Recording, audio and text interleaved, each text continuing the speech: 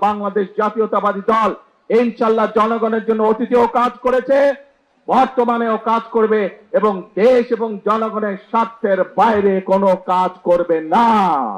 BNP আপনাদের সাথে ছিল, বিএনপি বাংলাদেশের জনগণের পাশে আছে, বিএনপি বাংলাদেশের জনগণের সাথে আছে, বিএনপি বাংলাদেশের জনগণের জন্যই কাজ করবে যতদিন বিএনপি টিকে থাকবে ইনশাআল্লাহ। যারা দেশের শাসনভার দখল করে রেখেছিল তারা জনগণের ভোটে নির্বাচিত ছিল না, তারা জোর করে ক্ষমতা দখল করে রেখেছিল এবং সেজন্যই তারা জনগণের জন্য কোনো কাজ করে নাই। আমরা দেখেছি, আমি জানি সমগ্র দেশের মানুষ, বিভিন্ন শুধু ঢাকা শহর না, ঢাকা শহর সহ বাংলাদেশের সকল মানুষ, সকল জেলা উপজেলার বহু মানুষ বিদ্যুতের কষ্ট ভোগ করছেন এই মুহূর্তে। কিন্তু এই যে বিদ্যুতের সমস্যা, এই সমস্যা স্বৈরাচার, যে স্বৈরাচারকে এই দেশের মানুষ বিতাড়িত করেছে তাদের আনপ্ল্যান, অপরিকল্পিত পরিকল্পনার জন্য, অপরিকল্পিত বিভিন্ন পদক্ষেপের জন্য আজকে বিদ্যুৎ এবং জ্বালানির এই অবস্থা। প্রিয় ভাই বোনেরা, আপনারা যেহেতু বিএনপিকে নির্বাচিত করেছেন, বিএনপি দেশের মানুষের দল, বিএনপি এদেশের স্বার্থেই কাজ করবে, বিএনপি এদেশের মানুষের স্বার্থে কাজ করবে।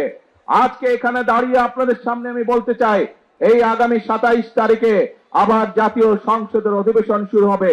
সেই জাতীয় সংসদ অধিবেশনে আপনাদের দল, আপনাদের সরকার দেশের মানুষের সামনে জাতীয় সংসদের মধ্যে উপস্থাপন করবে কিভাবে আমরা ইনশাআল্লাহ আগামী 10 বছর এই দেশের বিদ্যুৎ সমস্যার সমাধান করব।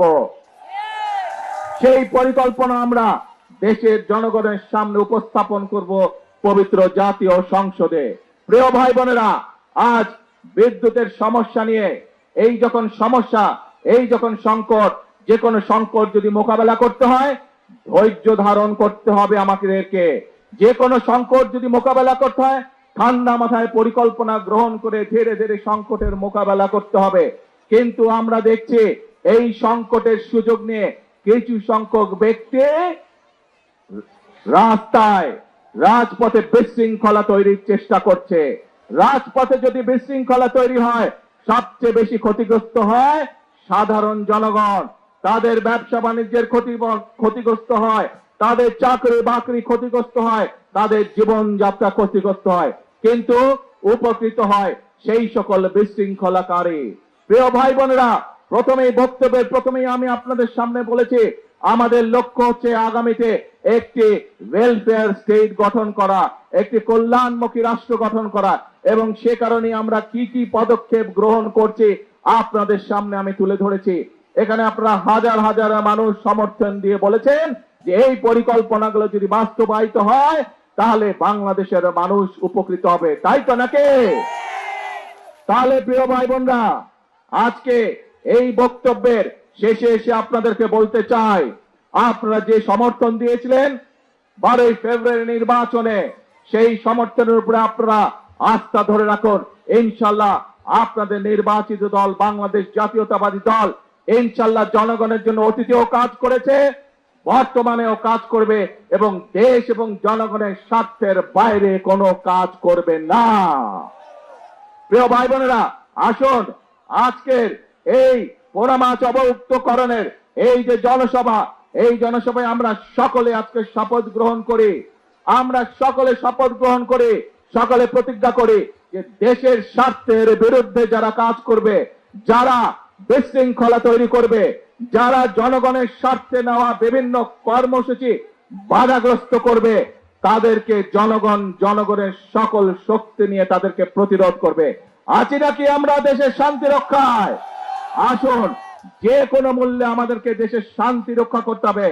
মানুষ এখন, দেশের মানুষ এখন দেশের শান্তি চায়, দেশের মানুষ এখন শৃঙ্খলা চায়, আইনের শাসন চায়, দেশের মানুষ কর্মসংস্থান চায়, দেশের মানুষ তার সন্তানদের জন্য শিক্ষা চায়, দেশের মানুষ তার পরিবারের জন্য স্বাস্থ্য ব্যবস্থা চায়। এই কাজগুলো যদি করতে হয় আমাদেরকে তাহলে ধৈর্য সহকারে অবস্থা নিতে হবে, ধৈর্য সহকারে আমাদেরকে সময়ের জন্য ধীরে ধীরে সময়কে সুযোগ দিতে হবে এবং একই সাথে আমাদেরকে সতর্ক থাকতে হবে। যারা বিশৃঙ্খলা তৈরি করছে তাদের ব্যাপারে আমাদেরকে সতর্ক থাকতে হবে। আছেন নাকি আপনারা আমার সাথে? ইনশাআল্লাহ প্রিয় ভাই বোনেরা, আজকে এই পর্যন্ত বক্তব্য রেখে আমি আমার বক্তব্য শেষ করছি। তবে আপনাদের কাছে প্রত্যাশা, 12 তারিখে যেভাবে আপনারা সমর্থন দিয়ে আপনারা আস্থা রেখেছিলেন বিএনপির উপরে, পরিষ্কার ভাবে আমি বলে দিতে চাই, ইনশাআল্লাহ আপনারা আস্থা ধরে রাখুন।